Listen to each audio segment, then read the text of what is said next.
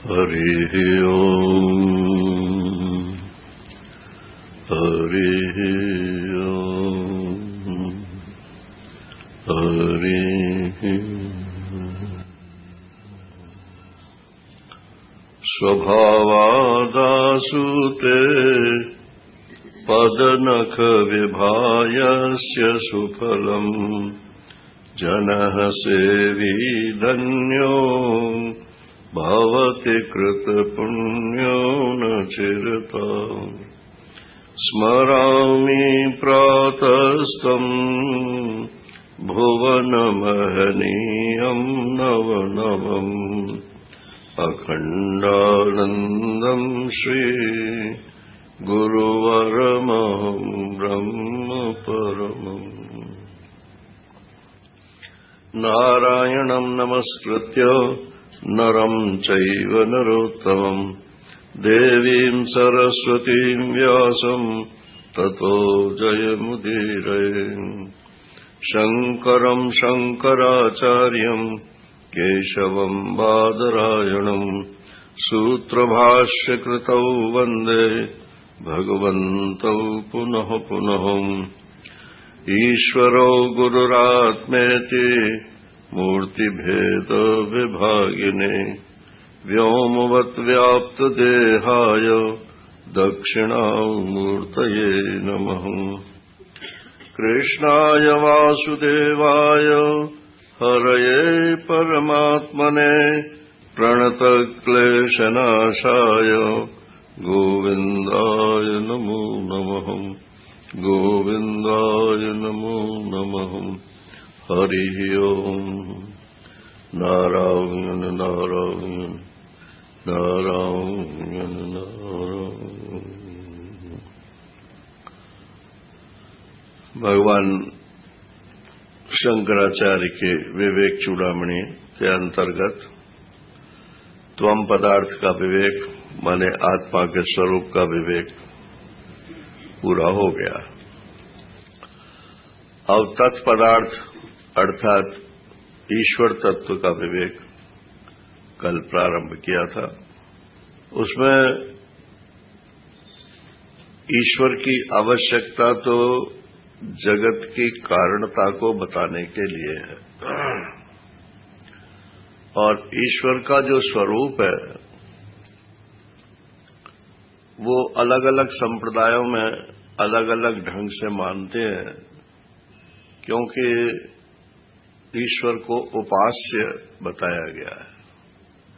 उपासना की एक पद्धति नहीं हो सकती, हर व्यक्ति के लिए उपासना की अलग अलग पद्धति होगी, इसलिए अनेक संप्रदायों की आवश्यकता होती है। स्वामी विवेकानंद से पूछा था वहां अमेरिका में कि आपके हिंदू धर्म में ये बड़ा झगड़ा है, इतने सारे संप्रदाय हैं कि आदमी चक्कर में आ जाता है कि किसको पकड़े किसको न पकड़े। तो स्वामी जी ने कहा कि हिंदुओं में तो इतने संप्रदाय हैं, लेकिन वो भी कम हैं। जितने संसार में आदमी हैं उतने ही संप्रदाय होने चाहिए। एक डंडे से सबको नहीं हाँका जा सकता।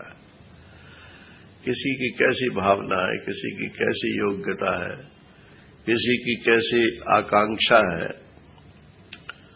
अब ईश्वर प्राप्ति तो ये तो शब्द हमने सुन लिया है, लेकिन अधिकांश नहीं, बल्कि लाख में से एक को छोड़ दो, बाकी तो सब सकाम उपासना ही करते हैं। जो निष्काम भी समझते हैं कि हम तो निष्काम करते हैं, वो जब अनुकूलता रहती है तो निष्काम है, और जब कोई प्रतिकूलता आ जाती है तो हे भगवान। खैर अच्छा है, उस समय भी कम से कम परमात्मा के साथ तो रहते हैं, लेकिन असल में यही अंतःकरण की अशुद्धि भी है। सकामता जो है अंतःकरण की अशुद्धि यही है। तो फल की आशा का त्याग करके कर्म करें तो भी सकामता को ही ढीला करना है, भगवान के लिए कर्म को समर्पण करके करें तो भी कामना को ही ढीला करना है, और कर्म बिल्कुल ना करें तो बोले ये तो अत्यंत ही कर्म फल का त्याग है, तो इसमें तो कामनाओं के रहने की गुंजाइश ही बहुत कम हो जाती है। तो जैसा जिसका जो अधिकारी है उसी हिसाब से ये ईश्वर का स्वरूप वर्णन किया जाता है। जो उसका निर्गुण निराकार स्वरूप है वो उन लोगों के लिए उपयोगी साबित होता है जिन्हें संसार में कुछ चाहिए नहीं। अत्यंत निष्काम हृदय जिनका है उनके लिए निर्गुण निराकार ब्रह्म और आत्मा के एक झटके में बोध हो जाता है। और जिन्हें कुछ चाहिए बोले ये तो करना ही है, ये तो भोगना ही है, ये तो पड़ेगा, जहां ऐसी मजबूरी है तो वहां ईश्वर का जो सगुण स्वरूप है उसकी चर्चा शास्त्रों में होती है। सगुण में भी फिर दो प्रकार के हो जाते हैं, एक सगुण और एक साकार। तो साकार ज्यादा लोगों को पसंद आता है क्योंकि बुद्धि ज्यादा मोटी है तो सूक्ष्म बातों को पकड़ नहीं पाती है। कल एक सज्जन सुना रहे थे कि एक अमेरिकन सज्जन आए हमारे मित्र के, वो सज्जन सुना रहे थे तो दिखाने के लिए वो ले गए, तो 4-5 दिन तक उनका साथ रहा। तो होटल में वो वेदांत की चर्चा करते थे उन अमेरिकन सज्जन से। फिर 4-5 दिन के बाद वो पूना के मंदिरों में दर्शन कराने के लिए ले गए। तो उन्होंने कहा अमेरिकन सज्जन ने कि ये 4-5 दिन तक जो आप समझा रहे थे वो तो कुछ कुछ मेरी समझ में आ रहा था, लेकिन ये जो मंदिरों का हालचाल देखते हैं और इसमें इतनी भीड़ है और ऐसा है वैसा है, इसका उससे क्या संबंध है? तो उन्होंने कहा कि this is God for dummies. जो सूक्ष्म वस्तु को नहीं समझ पाते हैं तो उनको कुछ समझाने का ढंग ही न रहे। अरे तो स्थूल को समझते हैं तो स्थूल की आराधना उन्होंने बता दिया। तो अब ये ब्रह्म ब्रह्म हम लोग बोलते हैं वेदांत में, तो कौन से ब्रह्म की बात करते हैं? सगुण की है कि साकार की है कि निर्गुण निराकार की है? तो साकार प्राय ब्रह्म शब्द से जो है वो ईश्वर शब्द का ही बोध होता है, और ईश्वर में भी फिर साकारता का ही बोध होता है। माने एक व्यक्ति कोई व्यक्तित्व है, कोई ईश्वर, और कहीं रहता है या सब जगह रहता है, लेकिन वो सोचता है, करता है, जैसे हम व्यक्ति करते हैं ऐसे वो भी करता है। तो अब इस समस्या में तो वेदांत की एकता नहीं हो सकती ना, तो उनको वेदांत की एकता समझाने की जरूरत भी नहीं है। उन्हें उपास्य उपासक भाव की ही समझाने की जरूरत है। इतने सारे पुराण बनाए गए, फिर पुराणों से भी संतोष नहीं हुआ तो उप पुराण बनाए, स्मृतियां हैं, ये सब जो है सगुण साकार परमात्मा को ही समझाते हैं। और उनके साथ हमारा क्या संबंध है, इस संबंध को दृढ़ करने के लिए उपासना बताई जाती है। लेकिन जिनके मन में ये है कि परमात्मा अगर है तो वो व्यक्ति नहीं हो सकता। माफ करना, इसमें नाराज मत हो जाना। क्योंकि व्यक्ति जो है, हम खुद अपने व्यक्तित्व से परेशान हैं, तो एक दूसरे व्यक्ति को सामने रख करके उसमें पूर्णता की भावना करना ये बहुत मुश्किल काम है। लेकिन जैसे मिनिस्टर कितना भी खराब आदमी क्यों ना हो, अगर उससे अपना काम बनाना है तो हम उसको मान लेते हैं कि हाँ चलो भाई। तो ऐसे ही अब 33 करोड़ देवता हो गए नारायण, तो कितनों को मानोगे? अपने अपने इष्ट को सभी ईश्वर मानते हैं। तो ईश्वर एक होता है, ईश्वर अनेक नहीं होता है। उपासना के लिए ईश्वर के रूप अलग अनेक होते हैं। किसी को कोई रूप पसंद है, किसी को कोई रूप पसंद है, लेकिन उनमें जो एक तत्व है वो ईश्वर है। वो व्यक्ति नहीं है, वो सब व्यक्तियों में पिरोया हुआ धागा है। और वो धागा उन्हीं तक नहीं है, आपके शरीर में भी आ रहा है। हम भी उसी माला की एक गुड़िया है नारायण। तो या तो उसको पकड़ो नारायण, तो आप सूक्ष्म जगत में प्रवेश कर सकते हो, और या तो व्यक्ति और धागा, गुड़िया और धागा दोनों को ओवरलुक करो और बोले ये धागे में गुड़िया काई की हैं, जो मन के हैं माला में वो काई के बने हुए हैं। बोले रुद्राक्ष है कि तुलसी है? बोले नहीं, सूत की धागे में सूत के ही मन के डालो। पहले तो ये कपड़ों में बटन जो लगते थे ना, वो सूत के ही होते थे। पुरानी बात करता हूं, सूत के ही बटन होते थे। अच्छा, ये सिख लोग जो हैं, जो माला घुमाते हैं, इनकी ऊन की माला होती है, ऊन को पवित्र मानते हैं, और उसमें जो मनके होते हैं वो भी ऊन की गांठें लगा लगा करके वो माला होती है। तो ये जो है ना, मत परतरम नान्यत किंचिदस्ति धनंजय मयि सर्वमिदं प्रोतम सूत्रे मणिगणा एव।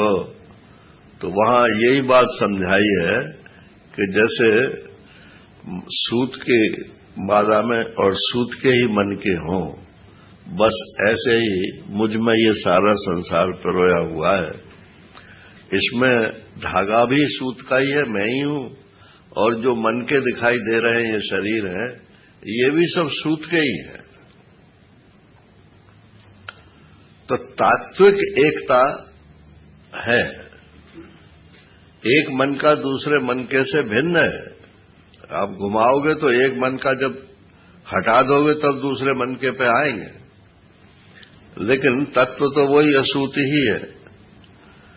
तो जब ये दृष्टि हो जाती है तो इसके बहुत फायदे हैं। एक तो कहीं दोष दृष्टि नहीं रहती, सब ठीक ही है, सब अच्छा है। और जब दोष दृष्टि नहीं रहती तो द्वेष दृष्टि नहीं रहती। और जब अपने में भी उसको देखते हैं तो राग किससे करें? राग तो अन्य से होता है ना। जो चीज हमारे पास ना हो और दूसरे के पास हो और सुखदायी हो, तो उससे राग होता है। तो जब जो धागा आप में है वही धागा मेरे में है, तो मुझे उस धागे से या उसके मन के से राग की कोई गुंजाइश ही नहीं है। तो राग द्वेष का बिल्कुल विधुनन धुन डालता है ये वेदांत। इसमें एक ही तत्व है। अब ऐसा व्यक्ति की जो चाहत होगी वो एकता का अनुभव कर सकता है। तो ये भगवान भाष्यकार बता रहे हैं, सद्ब्रह्म कार्यम सकलम सदैव तन्मात्रमेतन ततो अन्यदस्ति अस्तीति यो वक्ति न तस्य मोहो विनिर्गतो निद्रितवत् प्रजल्पः।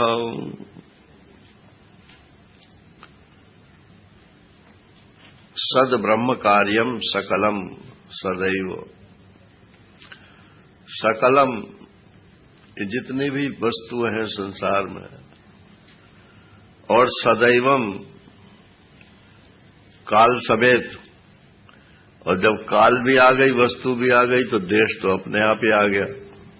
तो जितना भी देश, काल और वस्तु है, वो सब सद ब्रह्म का कार्य है। अब ये दो शब्द समझने चाहिए। जैसे ब्रह्म के 5 लक्षण बताए थे, तो उसमें एक था सत और एक था चित, बाकी आनंद और अद्वितीय और सर्वोपादान था। तो सत माने सत्ता, होना। जैसे जनता शब्द बनता है, तो कैसे बनता है? जन, जन द्विवचन हो गया, फिर जन बहुवचन हो गया, फिर और जन। अब बहुवचन में कहां तक चलोगे? तो जन जन जन जन सबको मिला दो तो इसका नाम हो गया जनता। ऐसे ही सत सत सत सत, जहां कहीं भी सत की चाहे भ्रांति ही क्यों न हो, रस्सी में सांप होने की भ्रांति होती है ना, तो वहां पर सांप जो है सत्य है नहीं, लेकिन सत्य मालूम तो पड़ ही रहा है ना। तो जहां कहीं भ्रांति भी हो या वास्तविकता भी हो, जहां होना पना है, उसी को सत बोलते हैं।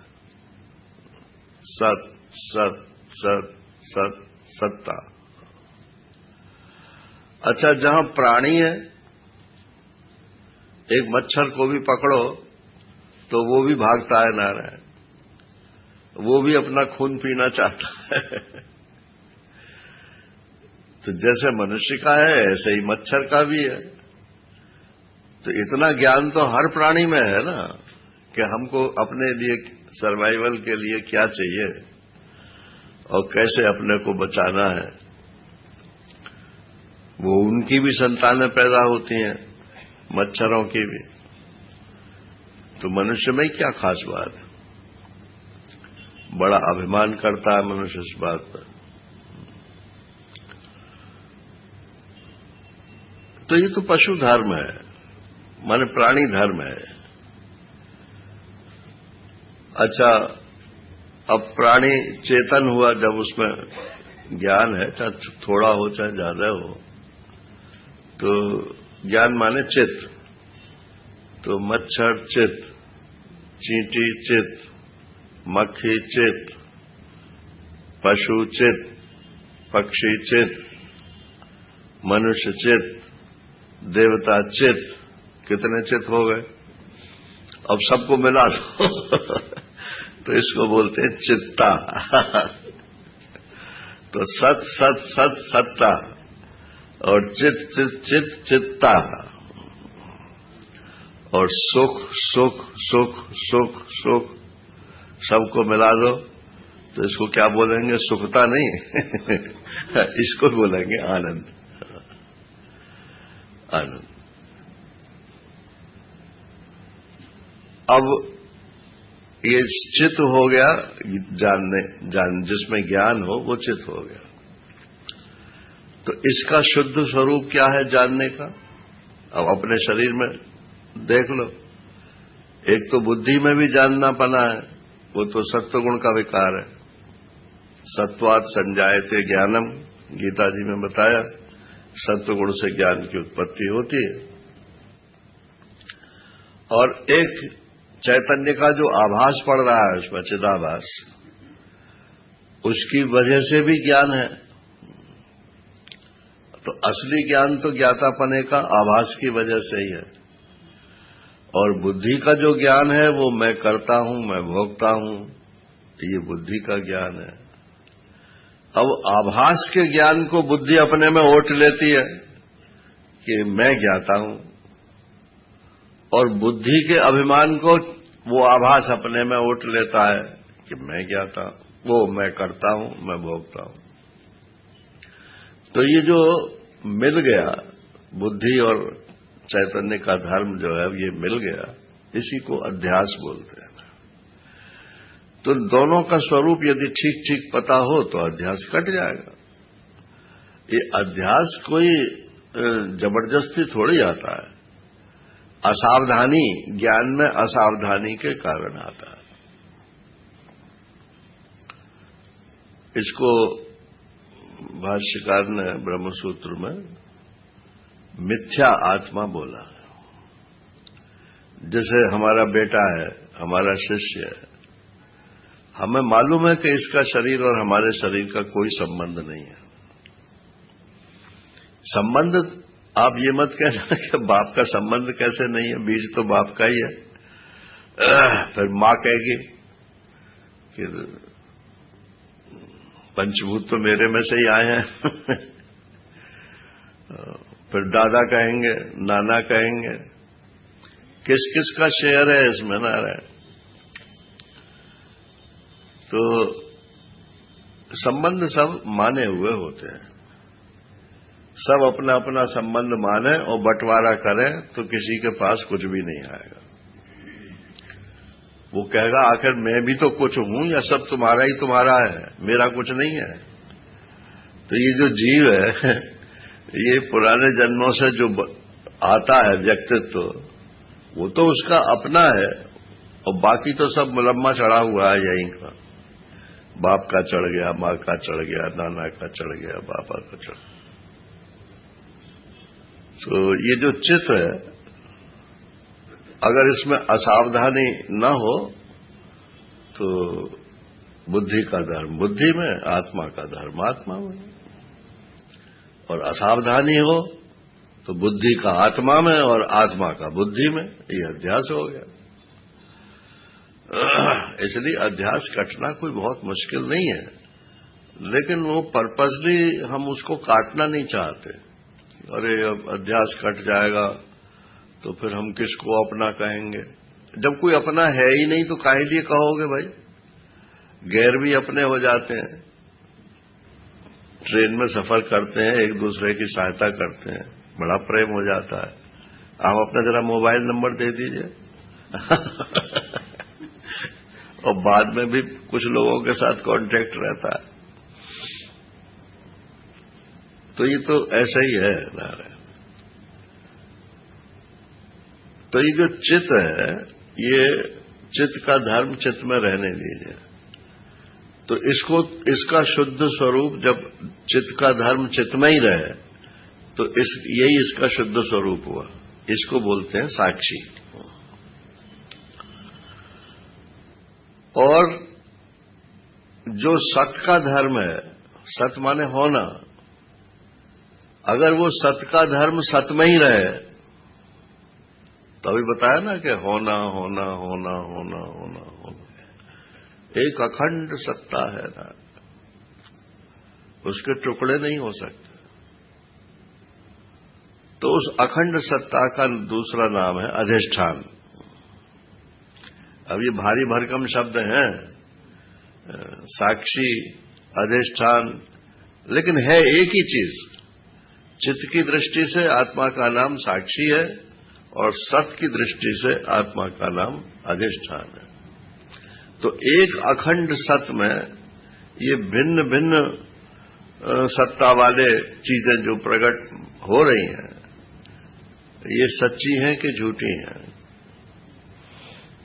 बोले मालूम तो पड़ती है कि सच्ची है। बोले अधिष्ठान में बैठकर देखो, अखंड सत्ता में बैठकर देखो तो एक ही सत्ता है। पृथकता झूठी है। व्यवहार करने के लिए पृथकता मान लो, व्यवहार से उपराम हो जाओ, फिर अपना अखंडता में आ जाओ। महाराज जी बोलते थे ना कि बाबू संपूर्णानंद यूपी के जो चीफ मिनिस्टर थे, तो उनके बाल बड़े बड़े थे और लेखक थे। कई किताबें उन्होंने साइंस की भी लिखी हैं, फिलॉसफी की भी लिखी है। तो जब वो लिखते थे तो उनके बाल जो थे वो आगे को आ जाते थे, और आंखों पे जब आ जाते थे तो विजन रुक जाता था, उनका लिखना बंद हो जाता। तो जब वो ऐसा करके तो झटका मार देते, तो झटका मार के बाल ऊपर हो जाते, फिर लिखना शुरू कर देते। तो यही तरीका है नारायण ब्रह्मज्ञानी का जो व्यवहार है, ये बीच बीच में झटका मारता रहता है बस। अरे ये तो सब एक ही है, भेद करने की कोई जरूरत नहीं।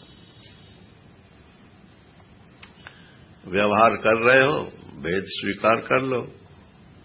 अब उपराम हो गए उस व्यवहार से कभी के नहीं हो गए। मैं पूरी तरह से उपरामता की बात नहीं कर रहा हूं। एक घंटे का काम किया हमने, ठीक है, अब लगे रहे 1 घंटे तक, भेद बुद्धि रही, ये भी ठीक है। दूसरा काम अब चालू करना है, तो बीच में कुछ गैप है टाइम का नहीं है, तो उस गैप में समझ लो कि मैं अखंड सच्चिदानंद ब्रह्म हूं। जो कुछ किया वो उसका भार बोझ भी खत्म, और जो कुछ आगे करेंगे उसका भार बोझ होगा नहीं। तो बीच बीच में ये झटका मारना जो है, बस यही गुरुओं से सीखा जाता है।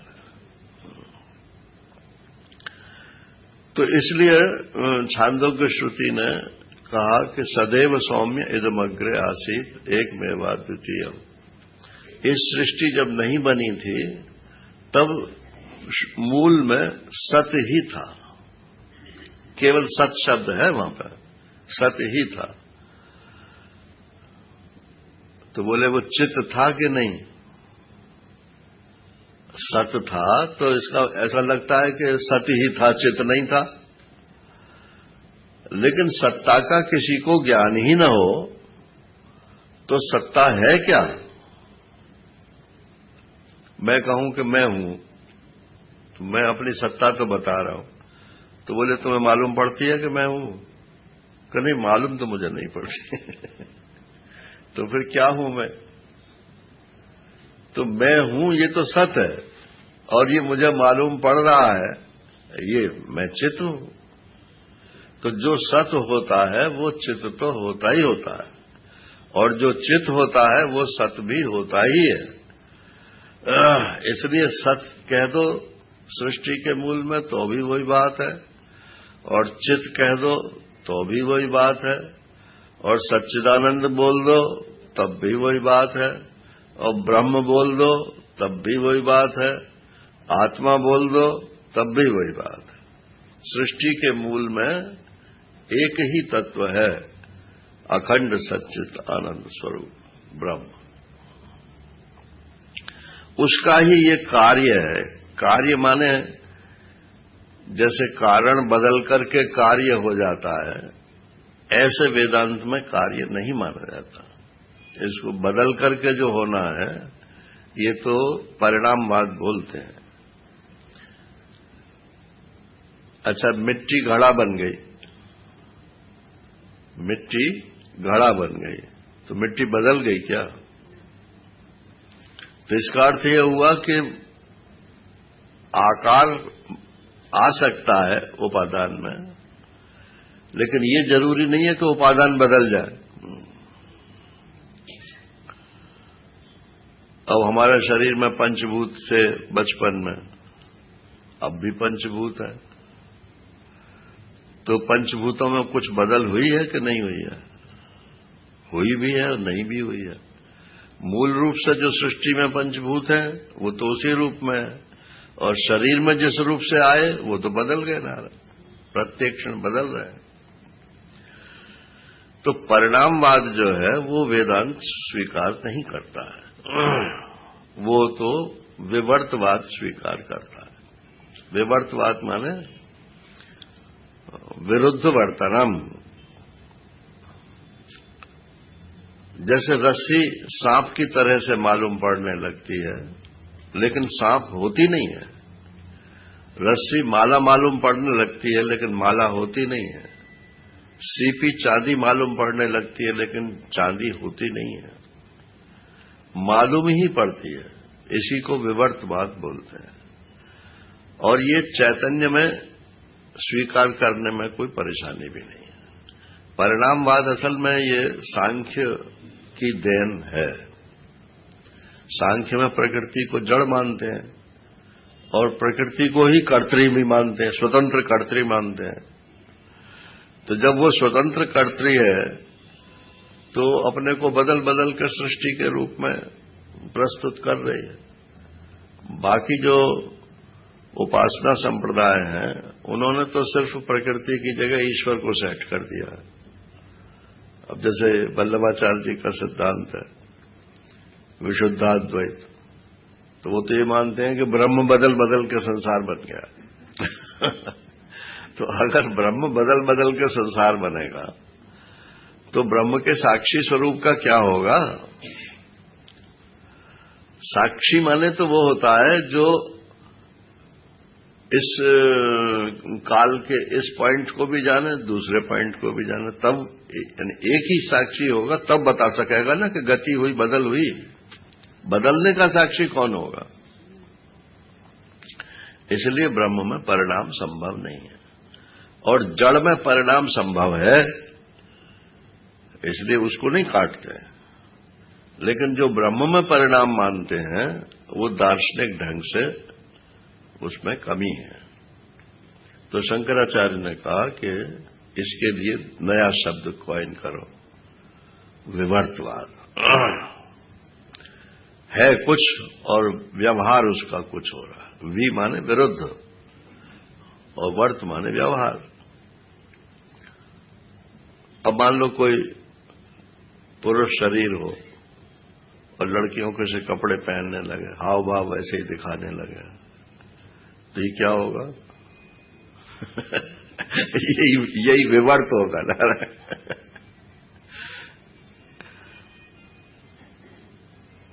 तो जो चीज जो नहीं है वो वैसी ही अपने को दिखाने लगे तो चैतन्य में ये बात जच जाएगी, जड़ में नहीं जचेगी।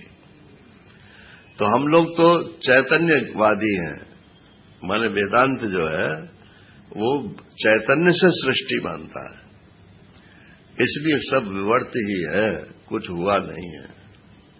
ना कुछ हुआ, न हो रहा, न कुछ होवनहार। अनुभव का दीदार है, अपना रूप अपार। ज्ञान ज्ञान ज्ञान ज्ञान ज्ञान। तो सद्ब्रह्म कार्यम सकलम सदैव तन्मात्र में तन्न ततोन्यदस्ति। इसलिए ये सब का सब एक सच्चिदानंद ब्रह्म मात्र ही है, इससे भिन्न और कुछ नहीं है। लेकिन दूसरे दर्शन तो नहीं मानते, तो बोले अस्तित्व यो वक्ति। और जो ऐसा मानते हैं कि ब्रह्म से भिन्न कुछ जगत नाम की चीज है या बनी है, तो न तस्य मोहो विनिर्गतः, उनकी अभी मोह की नींद जो है वो टूटी नहीं है। निद्रितवत प्रजल्पः, जैसे स्वप्न में कोई बोलता रहता है, मैं भी बोलता हूं स्वप्न में। मगर ये मत समझना कि क्या बोलता हूं, मैं स्वप्न में प्रवचन करता हूं। और हिंदी में नहीं करता, स्वप्न में अंग्रेजी में करता हूं। अब वो कोई दबित इच्छा होगी जो स्वप्न में पूरी होती है, क्योंकि जागृत में तो प्रैक्टिस है नहीं अंग्रेजी में भाषण करने की। तो कहते हैं जैसे कोई निद्रालु हो और वो सपने में बड़बड़ाता हो, बस जो लोग ऐसा मानते हैं कि ब्रह्म से अतिरिक्त कुछ है संसार में, अभी वो निद्रा का प्रजल्प उनका चालू है। क्या आप श्रुति को नहीं मानते? ब्रह्मैवेदं विश्वमित्येव वाणी श्रौति ब्रूते अथर्वनिष्ठा वरिष्ठा तस्मादेतद्ब्रह्ममात्रं हि विश्वं नाधिष्ठानात् भिन्नतारोपितस्य। ये मुंडक श्रुति कोट कर दी है। ब्रह्मैवेदं विश्वमिदं वरिष्ठम, अरे एक श्रुति हो तो उसे कोट करो। ये सब ब्रह्म ही है, ब्रह्मैव वेदम सर्वम, आत्मै वेदम सर्वम, अहमे वेदम सर्वम। सब आत्मा ही है, सब मैं ही हूं, सब ब्रह्म ही है। तो कहते हैं अगर ये हम श्रुति न माने तो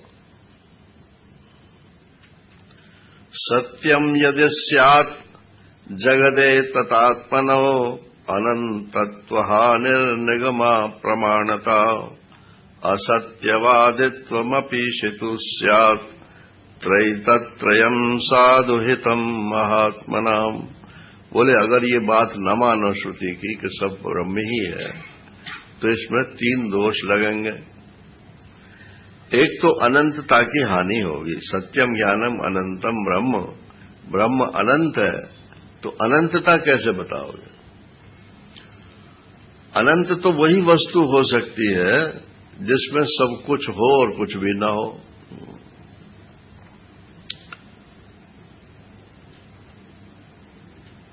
और दूसरी निगम की अप्रमाणता, श्रुति की प्रमाणता आप स्वीकार नहीं करते। और तीसरी असत्यवादित्वम अपीशितु स्यात्। भगवान कृष्ण गीता में बोल गए हैं तो उनकी बात भी झूठी हो जाएगी। ये तीनों बात माने महापुरुषों की वाणी झूठी हो जाएगी, श्रुति की प्रामाणिकता झूठी हो जाएगी और ब्रह्म की अनंतता जो बताई गई है वो भी खंडित हो जाएगी। तो गीता जी में भगवान ने क्या बोला है? 9वें अध्याय के श्लोक है, मया तत्मिदं सर्वं जगदव्यक्तमूर्तिना न च मत्स्थानि सर्वभूतानि न चाहं तेष्वस्थितः न च मत्स्थानि भूतानि पश्य मे योगमैश्वरम्। भूतभृन्न च भूतस्थो ममात्मा भूत भावना। महाराज जी कहते हैं ये ग्वारिया जो है ये पढ़ा लिखा तो है नहीं, कभी कुछ बोलता है कभी कुछ बोलता है। एक जगह बोल रहे हैं कि सब मेरे से ही सारे संसार का पसारा हुआ है, मया तत्मिदं सर्वम जगदम व्यक्त मूर्तिना। और फिर कह रहे हैं कि मैं ये सब भूत प्राणी मुझ में है, मत स्थानी सर्वभूतानि। फिर कह रहे हैं मैं इनमें नहीं हूं, ये तो मेरे में है लेकिन मैं इनमें नहीं हूं। और फिर कह रहे हैं नहीं नहीं नहीं मैं गलत कह गया, ये भी मुझ में नहीं है, न च मत स्थानी भूतानि। अब इनकी संगति कैसे लगाओगे? यदि ब्रह्म में जगत वास्तविक हो तब तो ये बात होगी कि ये झूठ बोल रहे हैं, कभी कुछ बोलते हैं कभी कुछ बोलते हैं। और यदि अवास्तविक है, कुछ है ही नहीं, तो चाहे है बोल दो चाहे नहीं बोल दो क्या फर्क पड़ता है? जो वस्तु है ही नहीं, मेरे में है तो नहीं भी बोल सकते और नहीं है तो भी नहीं बोल सकते।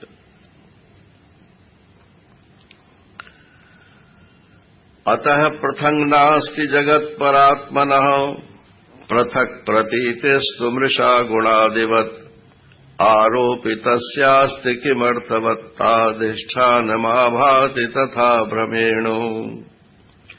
इसलिए निष्कर्ष क्या निकला कि पृथक नास्ति जगत परमात्मना, परमात्मा से ये जगत अलग नहीं। अच्छा देखो, रस्सी में सांप है, बोले मालूम तो पड़ रहा है। अच्छा अब रोशनी हो गई, अब है कि नहीं है? फिर क्या था वो? पहले जो दिख रहा था वो क्या था? बोले वो भी रस्सी थी। यही तो बोलेंगे ना। तो बोले यूं क्यों नहीं बोल सकते हैं कि सांप भी रस्सी ही है? भाई ये तो बात ये हुई कि रस्सी ही सांप था और अब रस्सी ही है सांप नहीं है। ये तो सच्चाई की बात हो गई। अब पूर्व पक्षी कहता है कि ऐसा क्यों नहीं बोलते कि वो जो सांप है वो भी रस्सी ही है।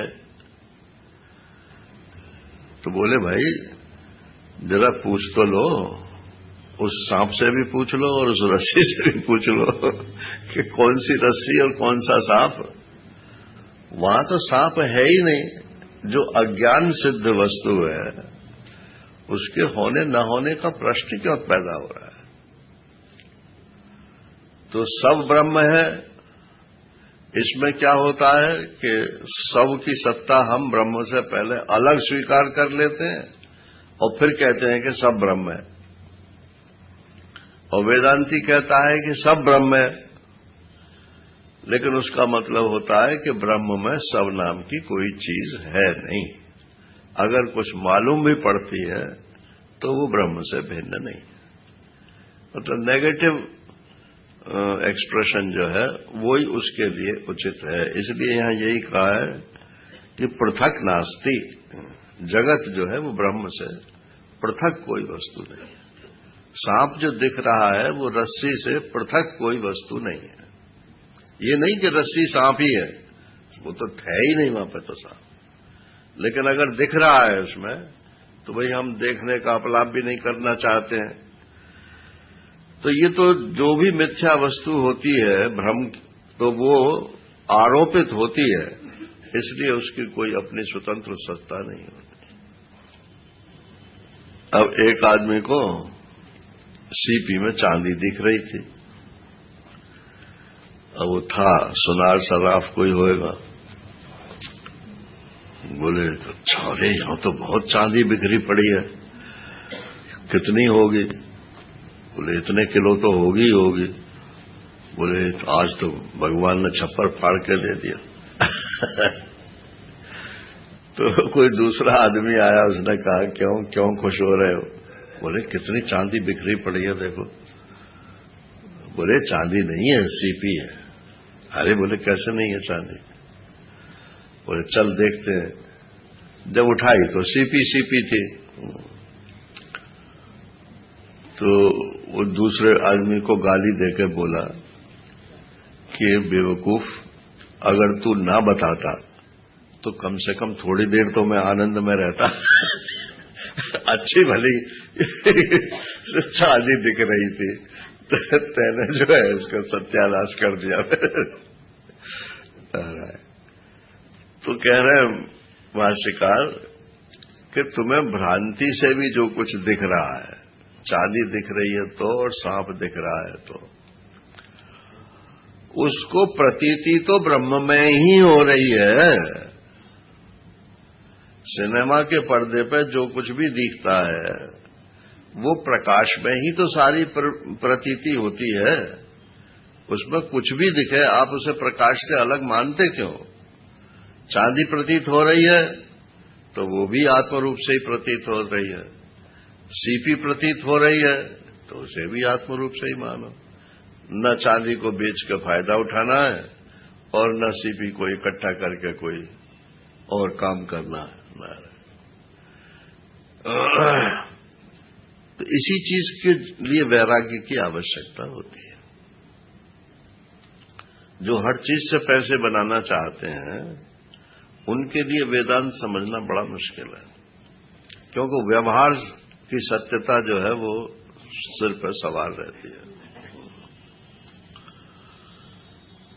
प्रसन्नता का हेतु है परमात्मा।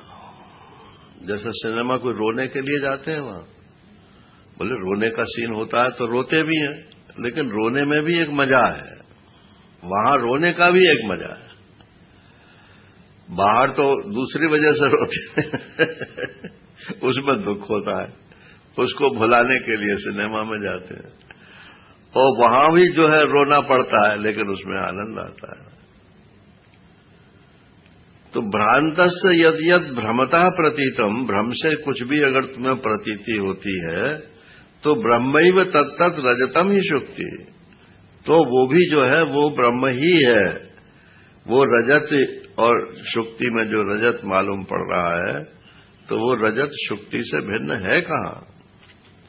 इदंतया ब्रह्म सदैव रूप्यते त्वारोपितम ब्रह्मणि नाम मात्रम इसलिए ये तो ब्रह्म में जो जगत है ये केवल नाम मात्र है।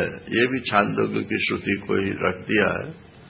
वाचारंभणम विकारो नामधेयम मृत्युकेत्येव सत्यम।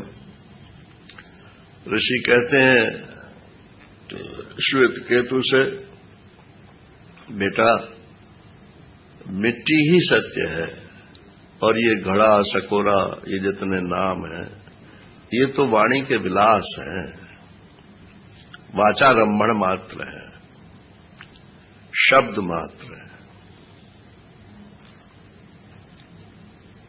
एक भौतिकवादी थे तो उनसे ऐसी बातचीत होने लगी तो बोले देखो चाहे आप अद्वैतवाद ब्रह्म संबंधी अद्वैतवाद मानो और चाहे जड़ प्रकृति का अद्वैतवाद मानो, फल दोनों का एक ही है। मन के कैसे? बोले जब अगर सब प्रकृति ही है तब भी कुछ न हर्ष न शोक है, किसका क्या गया? जब सब प्रकृति ही है, पंचभूत ही है, तो पंचभूत तो जो के त्यों ही है, एक जगह से दूसरी जगह चले गए, बस यही इतना ही तो हुआ है। और जो ब्रह्मवादी है उसके लिए भी क्या फर्क पड़ता है? जब वस्तु ही नहीं है तो काहे लिए रोते हो तुम? तो हर्ष और शोक से मुक्ति दोनों में है, चाहे जड़ाद्वैत मानो और चाहे चेतनाद्वैत मानो। लेकिन केवल फल को नहीं देखना है। जड़ाद्वैत मानने में सबसे बड़ा दोष ये है कि फिर आप अपने को जड़ ही मानो। जब सब जड़ ही है तो यही कहो कि मैं जड़ हूं ना। लेकिन कोई कैसा कहता मिलेगा या कोई कह सकता है कि मैं जड़ हूं? तो बोले क्यों नहीं कह सकता? कह सकते हैं। तो जबरदस्ती तो चाहे जो कुछ कह दो, मैं मूर्ख हूं, मैं ज्ञानी हूं, मैं पागल हूं। तो कोई पागल भर्ती होने गया था ना, अब चुटकुला ही होगा समझो। तो जवाहरलाल नेहरू गए वहां पागल खाने में आगरा, तो पागल निकल के आया, बोले आपकी तारीफ। बोले मैं जवाहरलाल नेहरू हूं, देश का प्राइम मिनिस्टर। बोले ठीक है, जल्दी ठीक हो जाओगे। मैं जब आया था यहां तब मैं अपने को राष्ट्रपति बताता, अब तुम प्राइम मिनिस्टर बताते हो रहा। तो सब पागल खाने ही है ना। अगर तुम ये बोलोगे ना कि मैं ब्रह्म हूं, तुसी ब्रह्म, असी ब्रह्म, सब ब्रह्म, तो ये भी पागल खाना ही हो जाएगा।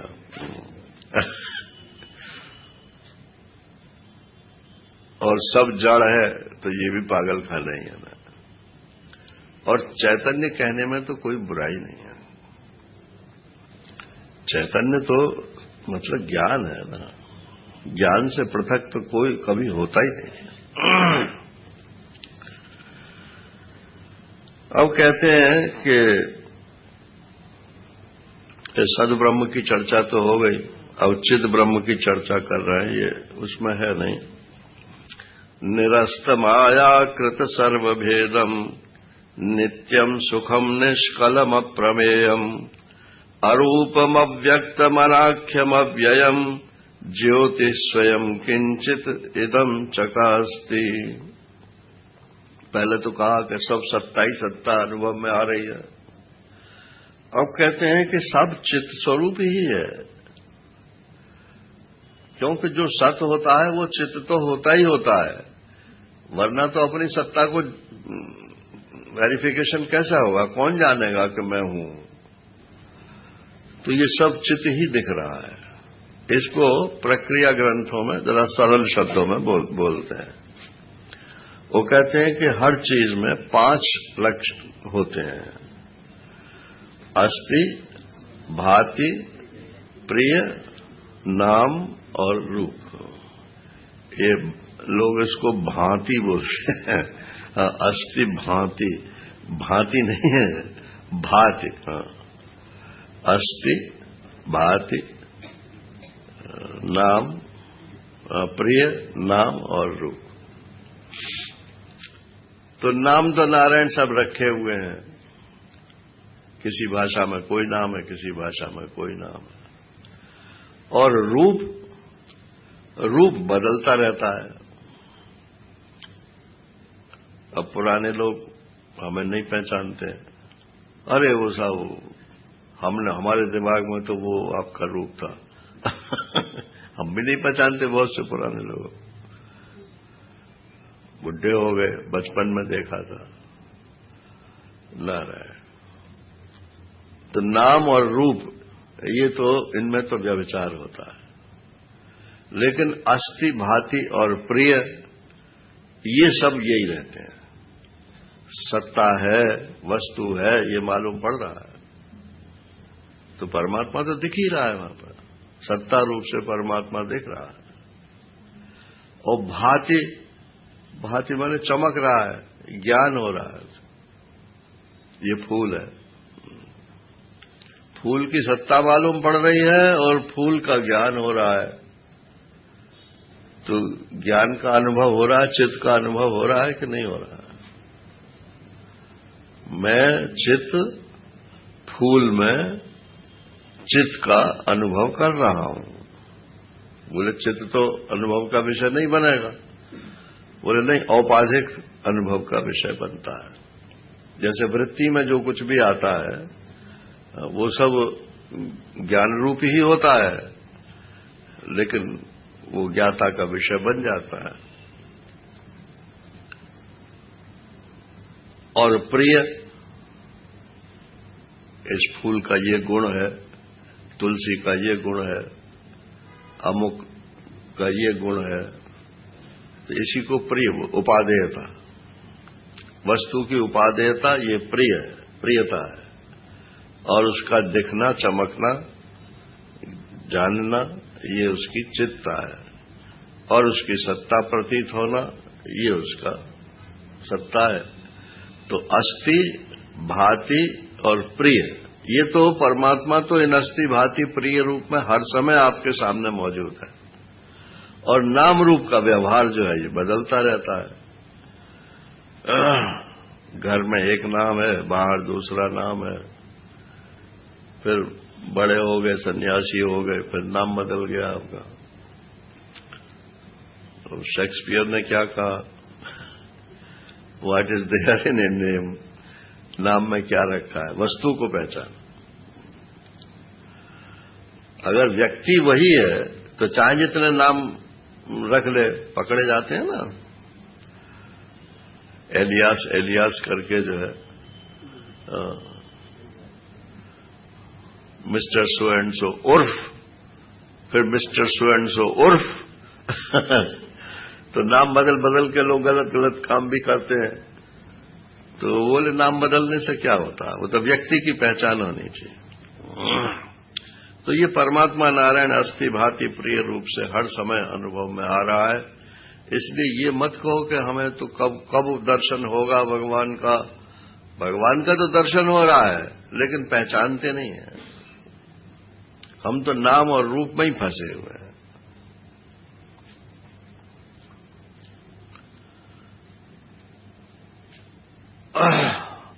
अहेयमनुपादेयम् मनोवाचम अगोचरम अप्रमेयम अनाद्यंतम ब्रह्म पूर्णम महन्मः। ये जो ब्रह्म है, परमात्मा है, अहम आत्मा है, ये न तो हेय है और न उपादेय है। न तो इसका त्याग किया जा सकता है और न इसको संजो करके रखा जा सकता है, क्योंकि त्याग करने वाला और संजो कर रखने वाला वो आत्मा है नारायण। तो न उसका त्याग हो सकता है, न उसका उपादेयता हो सकती है। मन वाणी का वो विषय नहीं है, लेकिन मन वाणी की शक्ति का स्रोत वो वही आत्मा है। अप्रमेयम, ये किसी भी इंद्रिय का विषय नहीं है। अनादि अनंतम, उसका न आदि है न अंत है। अनादि माने नहीं, जिसका कोई दूसरा कारण ना हो। आदि माने कारण होता है, और उसका अंत नहीं है, और ब्रह्म है, पूर्ण है और महान है नारायण। और ये चमक रहा है चारों तरफ, ब्रह्म की ज्योति ही चमक रही है। अब कल को ये ब्रह्म ज्ञान की प्रक्रिया, ये तो विचार की प्रक्रिया तो हो गई, लेकिन क्या ध्यान आदि की प्रक्रिया से ब्रह्म ज्ञान हो सकता है? विचार भी कैसे विचार से ब्रह्म ज्ञान होगा, उसकी प्रक्रिया ये महावाक्य विवेक में इसके आगे के श्लोकों में आएगी। हरि ओम पूर्णमद पूर्णमिदम पूर्णात् पूर्णमुदच्यते पूर्णस्य पूर्णमादाय पूर्णमेवावशिष्यते। ओम शांति शांति शांति।